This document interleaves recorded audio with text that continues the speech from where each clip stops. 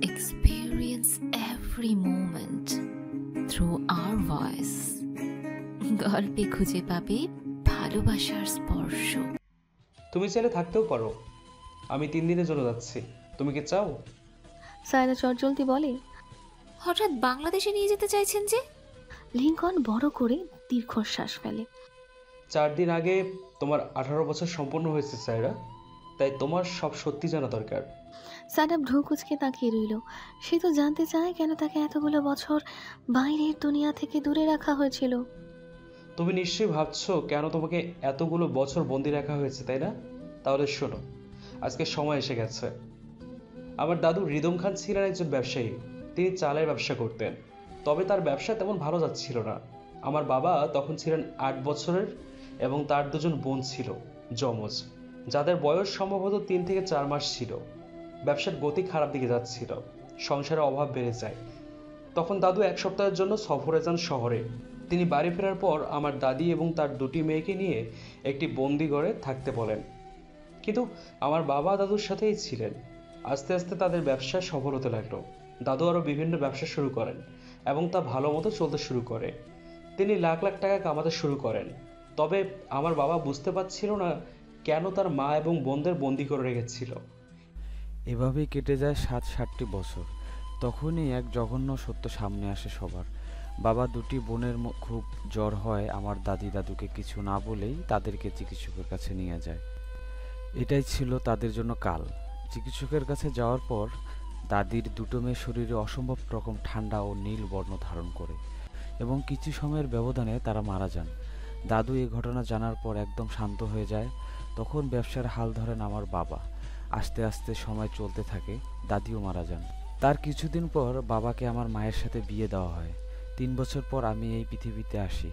শুনেছিলাম দাদু নাকি অনেক খুশি হয়েছিলেন, তবে তার খুশিটা বেশি দিন টিকল না। তিনি এক কঠিন রোগে আক্রান্ত হয়। তার শরীর প্রচণ্ড পরিমাণে ফুলে যাচ্ছিল।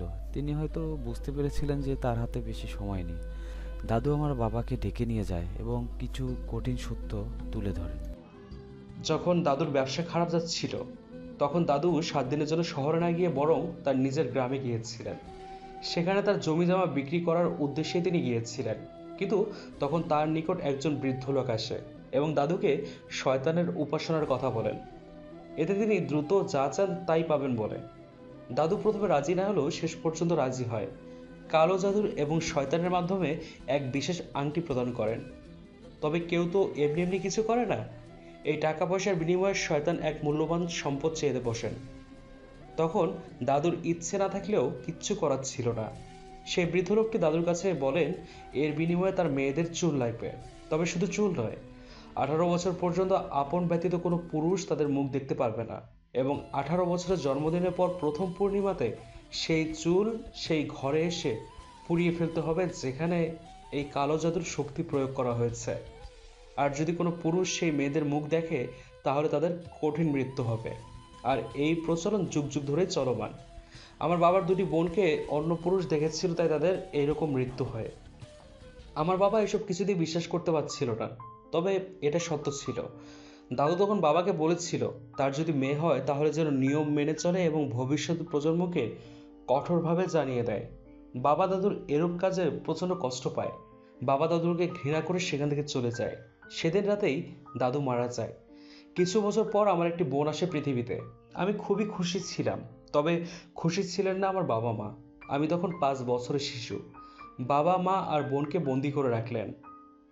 আমি আমার বোনকে দেখেছিলাম 18 বছর পর। আমার বোনটা অসম্ভব সুন্দর ছিল। বাবাও বেশ অবাক হয়েছিলেন। বাবা বোনের চুল কেটে পূর্ণিমা রাতে সেই ঘরে গিয়ে পুড়িয়ে দেয় এবং সেখানে একটি ছোট্ট কাগজে ঝুলানো দেখে। সেখান থেকে বাবা জানতে পারে এই বংশের প্রত্যেকটি মেয়ে হবে অসাধারণ রূপের অধিকারিণী, যাদের রূপে মাতাল হবে প্রকৃতি। শুধু অভিশাপ একটি, 18টি বছর বন্দি থাকতে হবে দুনিয়া থেকে।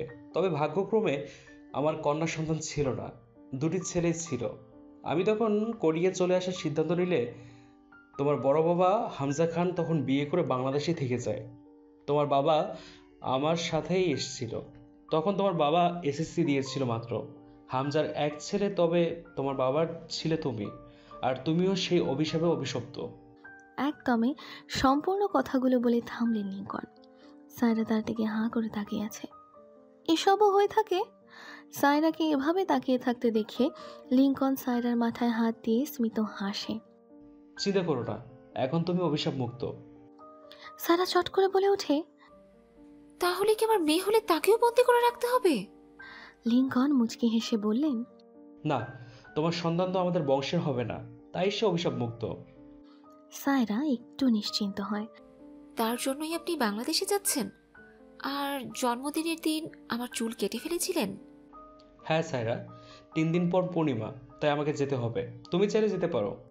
সায়রা দুদিকে মাথা নাড়িয়ে বলে, না দাদু, আমি এখন যাব না। আমি প্রথম সকলের সাথে মিশছি। আমি এখানে কিছুটা সময় নিতে চাই। ঠিক আছে, পরের বার অবশ্যই নিয়ে যাব। এই বলে লিংকন চলে যাওয়ার জন্য পা বাড়ায়। পেছন থেকে সায়রা বলে ওঠে, দাদু, আমার বাবা মা কোথায়? আপনি তাদের কথা কেন কখনো বলেন না? তারা কি বেঁচে নেই? লিংকন পেছনে তাকিয়ে বড় করে নিঃশ্বাস ফেলে বলে, তোমার জন্মের পর তোমাকে আমার হাতে তুলে দিয়ে তারা হারিয়ে গিয়েছে। কোথায় হারিয়ে গিয়েছে তা আমার জানা নেই। জানি না তারা বেঁচে আছে কিনা। সায়রার চোখ ছলছল করছে। তাদের সম্পর্কে কি আমি কিছু জানতে পারি? বাংলাদেশ থেকে ফিরে আমি তাদের প্রেম সম্পর্কে বলবো। শুধু জেনে রাখো, তোমার মা একজন কোরিয়ান ছিলেন। এই বলে লিংকন চলে গেলেন। সায়রা বেশ অবাক হলো, তার মা একজন কোরিয়ান। সায়রা এটাও জানতো না তার বড় বাবা কিংবা তাদের কোনো সন্তান ছিল, কারণ লিংকন কখনো বলেনি এবং তার সাথেও দেখা হয়নি। সায়রার এখন এসব ভাবতে ভালো লাগছে না। তার এখন তার মা বাবার বিষয়ে জানতে ইচ্ছে করছে। তারা কেমন ছিল? সে তো তাদের ছবিও দেখেনি। কোথায় চলে গেছে তারা তাকে ফেলে? তারা কেন হারিয়ে গেছে? তারা কি বেঁচে আছে? সে কি দেখতে পাবে কোনোদিন তাদের? নানা প্রশ্ন মাথা চাড়া দিয়ে উঠছে সায়রার। কিছু ভালো লাগছে না। তারা বিছানায় গিয়ে শুয়ে পড়ল। ঘুমানোর চেষ্টা করেও ব্যর্থ হলো। ঘড়ির কাঁটা 11টার কাছাকাছি। সায়রা এখনো ঘুমিয়ে আছে। মিহু, ন্যানি সহ বাড়ির কর্মরত লোকজন এসে কয়েকবার ডেকে গেছে, তবে সায়রার কোনো পাত্তা নেই। থাকবেই বা কি করে? গত রাতে ঘুম হচ্ছিল না বলে ঘুমের ওষুধ খেয়েছিল, এখনও সেটার প্রভাব পড়ছে। সায়রা প্রায় ঘুমের ওষুধ সেবন করে, তার অনিদ্রা আছে। কিছুক্ষণ পর সায়রা চোখ খুলে তাকায়। ঘড়ির দিকে দৃষ্টি পড়তেই তাড়াতাড়ি করে উঠে পড়ে। এই মুহূর্তে হাতে খাবার নিয়ে কক্ষে প্রবেশ করে মিহু এবং ন্যানি। সায়রাকে এভাবে বিচলিত হতে দেখে দুজনে কারণ জিজ্ঞেস করে। সায়রা ওদের প্রশ্ন করে, দাদু কি চলে গেছে? মিহু আর ন্যানি দুজনের দিকে তাকিয়ে মাথা নিচু করে ফেলে, যার মানে হচ্ছে তার দাদু চলে গিয়েছে। আমি অনেকবার ডেকেছি আপনাকে, তবে আপনি গভীর ঘুমে মগ্ন ছিলেন। সায়রার এখন নিজের উপরেই রাগ হচ্ছিল। ঘুমের ওষুধ না খেলে আজকে সে তার দাদুর সাথে দেখা করতে পারত। এখন আর অনুশোচনা করতে হবে না। আপনি এখন হাত মুখে পানি দিয়ে আসুন, আমি খাবার নিয়ে এসেছি।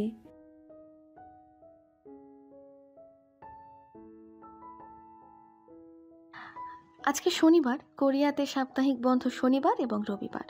বিকেলের দিকে সায়রা সিদ্ধান্ত নেয় পাশের একটি পার্কে যাবে সবাই মিলে। গতকাল বিশ্ববিদ্যালয় হতে ফেরার পথে তার নজরে পড়েছে এই পার্কটি।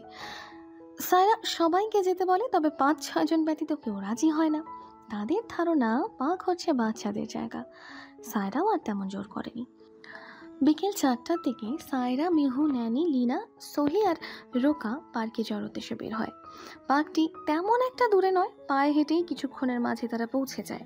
পার্কটি নাকি অনেক পুরনো, প্রায় 100 বছর। তেমন লোকজনও নেই, সবাই এদিক সেদিক হাঁটছিল, গল্প করছিল। হাঁটতে হাঁটতে সবাই একটি লেকের কাছে আসে। এই লেকে কারো নামা নিষিদ্ধ। সায়রা হঠাৎ খেয়াল হয় এখানে সবাই থাকলেও লিনা নেই। লিনা কোথায়? সবাই আশেপাশে তাকিয়ে বিচলিত হয়ে পড়ে।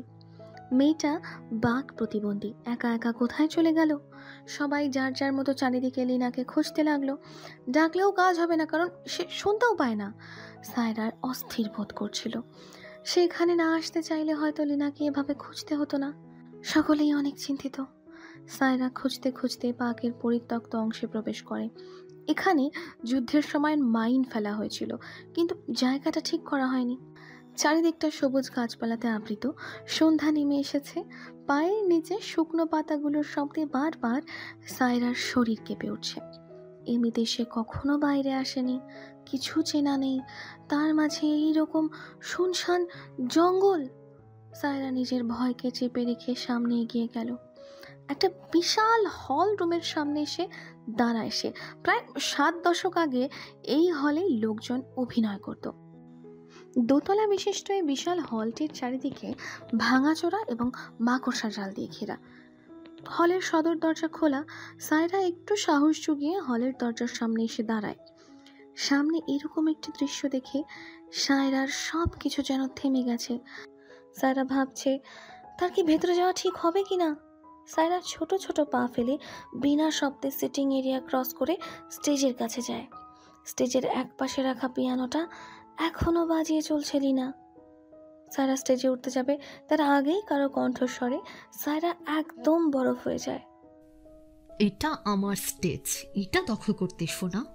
সব তো নিজের নামে নিয়েছিলে, এই স্টেজটাও সে তোমার নামে করে দিয়েছে।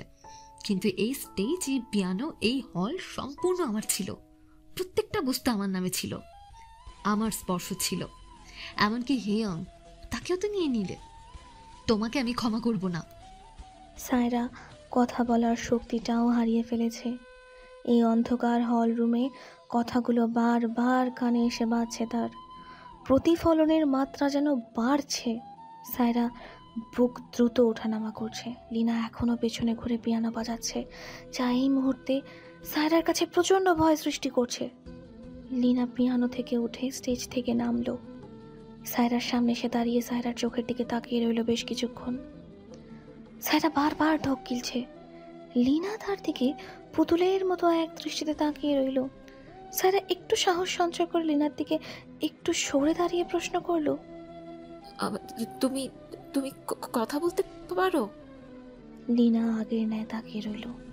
কি হলো, কথা বলছো না কেন? লীনা কিছু না বলে দৃষ্টি সোজা রেখে সায়রাকে পাশ কাটিয়ে চলে যেতে নেয়। সায়রা লীনার হাত ধরে থামাতেই লীনা রেগে যায়। তুমি আমাকে স্পর্শ কেন করছো? আমি তোমাকে ঘৃণা করি। বলেই হাত ছাড়িয়ে নিল। সায়রা আশ্চর্য হয়ে তাকিয়ে রইল। আমাকে ঘৃণা করো মানে? আর তুমি কথা বলতে পারো, তাহলে এত বছর চুপ কেন ছিলে? লীনা সায়রার চোখের দিকে তাকিয়ে বলল, তুমি সত্যি অনেক সুন্দর সায়রা, তবে তুমি একজন খারাপ মানুষ, একজন স্বার্থপর। এই বলে লীনা আবার চলে যেতে নেয়। এটা আমার প্রশ্নের উত্তর নয়। লীনা থামলো, তবে পিছনে ফিরে সায়রার দিকে তাকালো না। কথা বলার প্রয়োজন মনে করিনি। আজ তাহলে কেন বলছো? লীনা মাথা ঘুরিয়ে সায়রার দিকে তাকিয়ে স্মিত হাসল। সায়রা এই প্রথমবারের মতো লীনাকে হাসতে দেখল। হ্যাঁ, অনেকেই তাকে দেখতে পারে না, তবে কম বেশি কথা বলতো। তবে লীনা সকলের থেকে আলাদা ছিল, কখনো হাসতো না। সবাই তো জানতো সে বাক প্রতিবন্ধী। সে সবসময় ঘরে দরজা লাগিয়ে থাকতো, কাউকে কক্ষে প্রবেশ করতেও দিত না। বাড়িতে চলো, একা একা যেতে পারবে না। তুমি না আমাকে ঘৃণা করো, তাহলে আমাকে নিয়ে চিন্তা কেন করছো? চিন্তা নয়, তুমি হারিয়ে গেলে তো সবাই আমাকেই দোষ দেবে, তাই। সায়রা লীনার প্রতিক্রিয়া বোঝার চেষ্টা করলো, তবে সে শান্ত। আশা করছি আমি কথা বলতে পারি, এটা সবাইকে বলে আমাকে বিরক্ত করবে না। সায়রা কিছু বুঝতে পারলো না লীনার কথা। মানে? আমি কথা বলতে পছন্দ করি না, সবাই আমাকে প্রশ্ন করে বিরক্ত করুক, তা আমি চাই না। সায়রা নিঃশ্বাস ফেলল। তারপর দুজনেই হল থেকে বেরিয়ে পড়ল। বাইরে একদম অন্ধকার। লীনা তার ফোনের বাতি জ্বালিয়ে জঙ্গল পেরিয়ে পার্কে আসলো। এখন রাত 8টা। পার্কে একটি মানুষও নেই, আর গেটটাও বন্ধ। তবে সায়রাকে অবাক করে গেটের লকটি খুলে লীনা বের হলো। তুমি গেট খুললে কি করে? লীনা উত্তর না দিয়ে গেট আবার লাগিয়ে দিল। এত কিছু তোমার না জানলেও চলবে। তখন তুমি বলেছিলে আমি তোমার সব কিছু নিয়ে নিয়েছি। বিষয়টা আমি বুঝতে পারছি না। লীনা আবার হাসে। সঠিক সময় আসলেই বুঝতে পারবে। সায়রা আর কিছু বলে না। লীনা যে তাকে কোনো প্রশ্নের উত্তর দেবে না, তা তার বোঝা শেষ। বাড়ির গেটের সামনে এসে লীনা দাঁড়িয়ে পড়ে। আজকে আমাদের শেষ কথা, আর কোনো দিন আমার সাথে কথা বলার চেষ্টা করবে না। কথা বলেই লিনা দ্রুত ভেতরে চলে গেল, কিন্তু সায়রা সেখানেই দাঁড়িয়ে রইল। তার বোধগম্য হচ্ছে না লিনার ব্যবহার। পরক্ষণেই মনে হলো, সকলেই তো আর এক হয় না, সৃষ্টিকর্তা হয়তো তাকে এইভাবেই তৈরি করেছে। কিন্তু তাই বলে 18টি বছর কথা না বলে কি করে থাকা যায়? ডক্টর তাহরিয়ান শুধু একটি নাম নয়, একটি আদর্শ। তিনি দেগোতে তার উচ্চতর শিক্ষার ডিগ্রি অর্জন করেছেন। পরবর্তীতে ডাক্তারি পড়ার জন্য তিনি 1938 খ্রিস্টাব্দে লন্ডন যান এবং সেখান থেকে পড়াশোনা শেষ করে 1944 সালে কোরিয়াতে ফিরে আসেন। পৃথিবীর নামি দামি হাসপাতালে তার সুযোগ থাকার সত্ত্বেও তিনি দেগুতে ফিরে আসেন এবং কোরিয়ার বিভিন্ন এলাকায় দল নিয়ে ক্যাম্প করতেন। বিনা পয়সায় চিকিৎসা এবং ওষুধ প্রদান করতেন। বিভিন্ন স্বেচ্ছাসেবক এবং জনসেবামূলক কাজে তিনি যুক্ত ছিলেন, যা সরকারের চোখে পড়লে তাদের আর্থিক সহায়তা প্রদান করে। 1950 সাল, উত্তর কোরিয়া এবং দক্ষিণ কোরিয়ার মাঝে যুদ্ধ চলছে। যুদ্ধে প্রত্যক্ষভাবে ডক্টর তাহরিয়ান যুক্ত ছিলেন, একজন সৈনিক এবং ডাক্তার হিসেবে। কোরিয়ার নিয়ম অনুযায়ী তাকে প্রশিক্ষণ নিতে হয়েছে এবং তাকে উচ্চ পদস্থ করতে চাইলেও তিনি সাধারণ সৈনিক হিসেবে সকলের সাথে যুদ্ধে অংশগ্রহণ করেন, যা গোটা কোরিয়ার মানুষদের কাছে দৃষ্টান্তমূলক। তিনি একসাথে যেমন যুদ্ধ পরিচালনা করেছিলেন, তেমন যুদ্ধে আহত সৈনিকদের দ্রুত চিকিৎসাও প্রদান করেছেন। 28 ডিসেম্বর 1950 উত্তর কোরিয়ার সৈনিকদের আক্রমণে লন্ডন থেকে কোরিয়া আসার পথে বোমা বিস্ফোরণে একটি উড়োজাহাজ ক্ষতিগ্রস্ত হয় এবং দুর্ঘটনার সম্মুখীন হয়, এবং ভাগ্যক্রমে সেই উড়োজাহাজে ছিলেন উত্তর কোরিয়ার প্রেসিডেন্টের একমাত্র কন্যা লি উনহি। তবে দক্ষিণ কোরিয়ার সৈনিকরা আহত এবং নিহত ব্যক্তিদের উদ্ধার করেন। ডক্টর তাহরিয়ান লি উনহিকে চিনতে পারেন, তবে এই বিষয়ে কাউকে কিছু বলেন না, কারণ তিনি লি উনহির চিকিৎসা করে সুস্থ করতে চেয়েছিলেন। ডক্টর তাহরিয়ান আহত লি উনহিকে চিকিৎসা প্রদান করে সুস্থ করে তোলেন। লি উনহি যে ডক্টর তাহরিয়ান অর্থাৎ দক্ষিণ কোরিয়াতে আছে, এটা জেনে উত্তর কোরিয়ার প্রেসিডেন্ট ভাবেন তার মেয়েকে বন্দী করে রাখা হয়েছে, যার ফলস্বরূপ 30 ডিসেম্বর বিশেষ দল গঠন করে আক্রমণ করেন। 29 ডিসেম্বর রাতে বুসান থেকে কিছু সৈনিক আনা হয়েছিল, যাদের মাঝে ছিলেন ডক্টর তাহরিয়ানের পিতা কিম তেজুন। 30 ডিসেম্বর আক্রমণে ডক্টর তাহরিয়ান গুরুতর আহত হন। উত্তর কোরিয়ার সৈনিকরা লি উনহিকে সুরক্ষিত অবস্থায় ফিরিয়ে নিয়ে যান। 30 ডিসেম্বর তার জন্মদিনের রাত 12টাতেই ডক্টর কিম তাহরিয়ান মারা যান, এবং মারা যাওয়ার আগে তার বাবা কিম তেজুন তার পরিচয় দিয়েছিলেন। তার মৃত্যুতে গোটা কোরিয়া আর্তনাদ করছিল। তার মতো একজন ব্যক্তিকে হারিয়ে গোটা কোরিয়া উত্তেজিত হয়ে যায়, এবং পরের দিন তারা সিদ্ধান্ত নেয় উত্তর কোরিয়াতে আক্রমণ করবে। তবে তার আগেই উত্তর কোরিয়ার প্রেসিডেন্ট যুদ্ধ সমাপ্তির ঘোষণা দেন, যা দক্ষিণ কোরিয়ার সকলের কাছে অবাক করা বিষয়। এবং 1 জানুয়ারি 1951 দক্ষিণ কোরিয়া নতুন এক শান্তিময় কোরিয়ার গঠন করে। পরবর্তীতে জানা যায় উত্তর কোরিয়ার প্রেসিডেন্টের মেয়ে লি উনহি সকল সত্য বলায় এই যুদ্ধ থেকে সরে দাঁড়ানোর সিদ্ধান্ত নিয়েছিলেন তারা।